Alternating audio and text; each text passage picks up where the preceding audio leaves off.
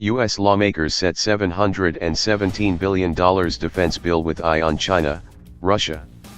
Washington, U.S. House of Representatives lawmakers released details on Friday of a $717 billion annual defense policy bill, including efforts to compete with Russia and China and a measure to temporarily halt weapons sales to Turkey. The House Armed Services Committee is due to debate next week the annual National Defense Authorization Act, NDAA, which authorizes the level of defense spending and sets policies controlling how the funding is used. One of the few pieces of major legislation passed by Congress every year, the NDAA is used as a vehicle for a broad range of policy measures, as well as determining everything from military pay levels and benefits to which ships or aircraft will be modernized, purchased or discontinued. The committee will not release the bill itself until next week, but Republicans, who control the panel, and the minority Democrats, each released summaries.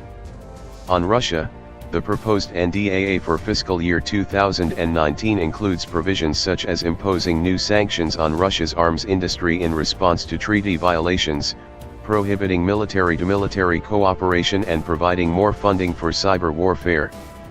But it also includes a rule, backed by President Donald Trump's fellow Republicans, that would allow Trump to end some sanctions imposed on Russia in legislation Congress passed overwhelmingly last summer despite the president's objections.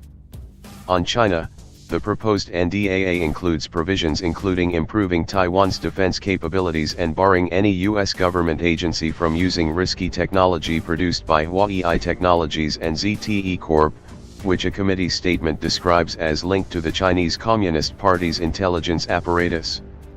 Washington has recently made a series of moves aimed at stopping or reducing access by Huawei and ZTE to the U.S. economy amid allegations the telecommunications equipment companies could be using their technology to spy on Americans.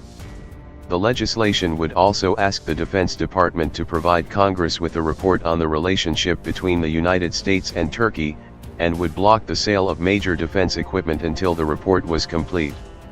Although Turkey is a NATO ally, relations between Ankara and Washington recently have deteriorated. Turkey supported the U.S. fight against Islamic State, but has become increasingly worried about U.S. backing for Kurdish fighters in Syria. The NDAA is several steps from becoming law. The final version of the legislation will be a compromise reached later this year by House and Senate negotiators between separate versions of the bill approved in the two chambers.